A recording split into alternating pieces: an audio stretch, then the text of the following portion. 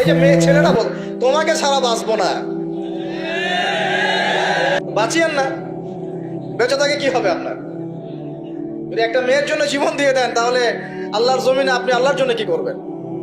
তো এই যে অনেক গানও আছে দেখবেন, অনেক গানের লিরিক্স গুলো, ম্যাক্সিমাম গানের লিরিক্সের মধ্যে দেখবেন শিরকি কথা আছে। তো আপনারা একটু খেয়াল করে দেখবেন অনেক গানের লিরিক্স আছে এগুলো কিন্তু শিরকি কথা, আল্লাহর সাথে দ্রোহিতা হচ্ছে কি না?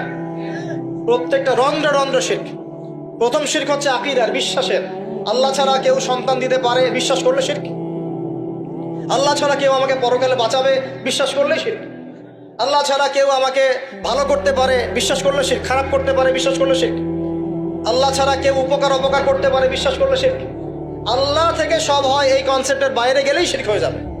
সবকিছু কার থেকে হয়? তো এই যে লা ইলাহা ইল্লাল্লাহ একটা আকীদার বিষয়, প্রথমে আকীদার মধ্যে শিরক ঢুকেছে। একটা শিরক ঢুকেছে আমলের মধ্যে, আর শিরকু ফিল আমাল, আমলগুলোর মধ্যে। কিরকম? এই যে আল্লাহ বাদ দিয়ে অন্য কাউকে সেজদা করা, আল্লাহ বাদ দিয়ে অন্য কারোর জন্য নজর মানত করা, আল্লাহ বাদ দিয়ে অন্য কারোর জন্য এই যে আপনি কুরবানি করছেন, হ্যাঁ, আল্লাহ ছাড়া অন্য কারো কাছে দোয়া করছেন, সবই শিরক। এই যে আপনি হাতের মধ্যে একটা বালা পরে আছে, বালাটা খুলতে বললে খোলেন না। কেন খোলেন না?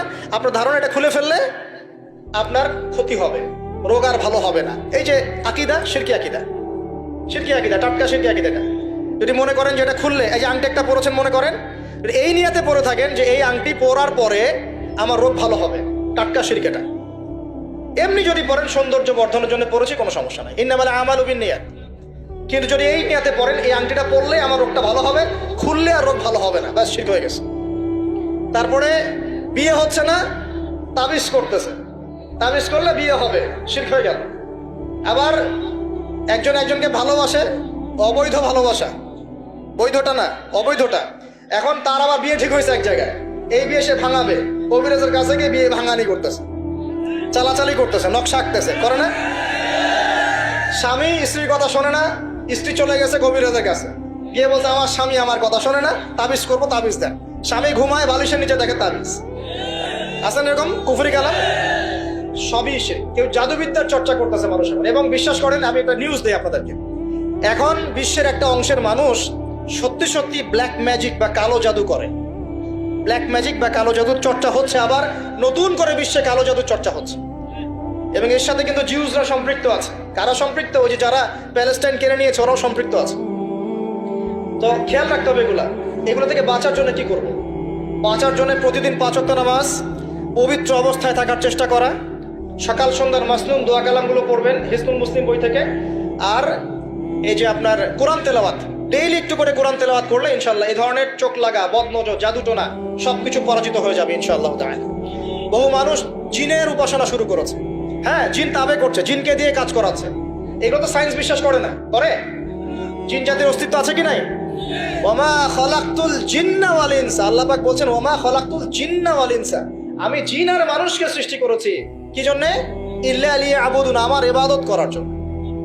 আমাদের সবার সাথে একটা করে শয়তান জিন আছে, আছে না নাই? আছে। বাথরুমে যান না, বাথরুমে যাওয়ার সময় কি দোয়া পড়েন? আল্লাহুম্মা ইন্নী আউযু বিকা মিনাল খুবসি ওয়াল খুবসি আর খাবাইস, মানে কি? খুবসি আর খাবাইস মানে কি? দুষ্ট নোংরা জিন, শয়তান। তো সুলাইমান আলাইহিস সালামের যুগ থেকে জাদুবিদ্যার চর্চা চলে আসছে, এবং আমাদের নবী মুহাম্মদ সাল্লাল্লাহু আলাইহি ওয়াসাল্লামকেও কিন্তু জাদু করা হয়েছিল, জানেন এটা? আমাদের নবী সাল্লাল্লাহু আলাইহি ওয়াসাল্লামের মাথার চুল মোবারককে নিয়ে জাদু করেছিল এক ইহুদি মহিলা, ঠিক আছে? এই জাদুর অস্তিত্ব ছিল একটা কূপের নিচে। আলী রাদিয়াল্লাহু আনহু গিয়ে সেটাকে খুঁজে বের করেন, রাসূল সাল্লাল্লাহু আলাইহি ওয়াসাল্লামের সামনে ওটা ধ্বংস করে দেওয়া হয়। এরপরে এই সময় নাজিল হয় কুল আউযু বিরাব্বিল ফালাক মিন শাররি মা খালাক ওয়া মিন শাররি গাসিকিন ইযা ওয়াকাব ওয়া মিন শাররিন নাফাসাতি ফিল উকাদ। এটা হচ্ছে জাদুর আয়াত, ওয়া মিন শাররিন নাফাসাতি ফিল উকাদ ওয়া মিন শাররি হাসিদিন ইযা হাসাদ।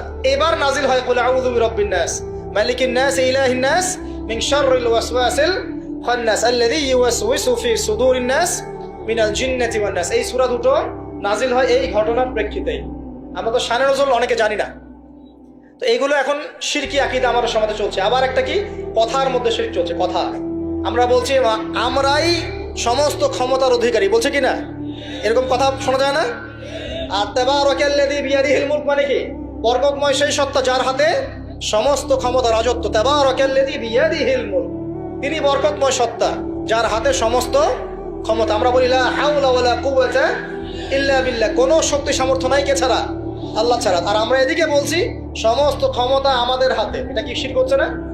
শিরক হচ্ছে। আমরা বলি, অনেক সময় বলে ফেলি, ভাই কেমন আছেন? হ্যাঁ ভাই, আপনার দোয়ায় ভালো আছে। আপনি কি আমার দোয়ায় ভালো আছেন? আপনাকে বলতে হবে যে আলহামদুলিল্লাহ, আল্লাহর ইচ্ছায় অতঃপর আপনার দোয়ায় ভালো আছে। কথা খুব সাবধানে, আলহামদুলিল্লাহ আল্লাহর ইচ্ছায় এবং অতঃপর আপনার দোয়ায় ভালো আছে। অতঃপর বলতে হবে, অতঃপর, এবং না, অতঃপর। বলছে মা কেমন আছে? ভালো আছে, ডাক্তার ভালো ছিল, না হলে মাকে বাঁচানো যেত না। ব্যাস, শিরক হয়ে গেল। বলছে নৌকাটা ডুবে যাচ্ছিল, মাঝি ভালো ছিল, না হলে নৌকা ডুবে যাইত। ড্রাইভারটা ভালো ছিল, না হলে রাস্তায় নির্ঘাত অ্যাক্সিডেন্ট হইতো। এইটা কথা আমরা চলতে ফিরতে শিরক করতেছি। তো এই কথায় তিনটা ক্ষেত্র বললাম, কথায়, কাজে এবং চিন্তায়। এই তিনটা ক্ষেত্রে মুসলিম সমাজের মধ্যে এখন শিরক বিরাজ করছে। এটা আমাদের উম্মতের সবচেয়ে বড় সমস্যা এখন। আল্লাহ পাক আমাদের সবাইকে শিরক মুক্ত আমল করার তৌফিক এনায়েত করুন, সকলে বলে আমিন। তাহলে কি করতে হবে? আমি কয়েকটা বই পড়ার পরামর্শ দিচ্ছি। কিতাবুত তাওহীদ একটা বই আছে, শিরক সম্পর্কে অনেক বিস্তারিত আলোচনা করা আছে, এটা পড়তে পারেন। তারপরে কোরআন সুন্নাহর আলোকে ইসলামী আকীদা একটা বই আছে, এটা পড়তে পারেন। আকীদা তাহাভিয়াটা পড়তে পারেন। আর শিরক সম্পর্কে আর অনেক বইপত্র বাজারে বের হয়েছে, শিরক কি ও কেন ইত্যাদি টাইপের। এগুলো পড়লে আপনি শিরকের ধারণা পাবেন ইনশাআল্লাহ তাআলা। আল্লাহ পাক আমাদের সবাইকে শিরক মুক্ত আমল করার তৌফিক এনায়েত করুন, সকলেই বলি আমিন।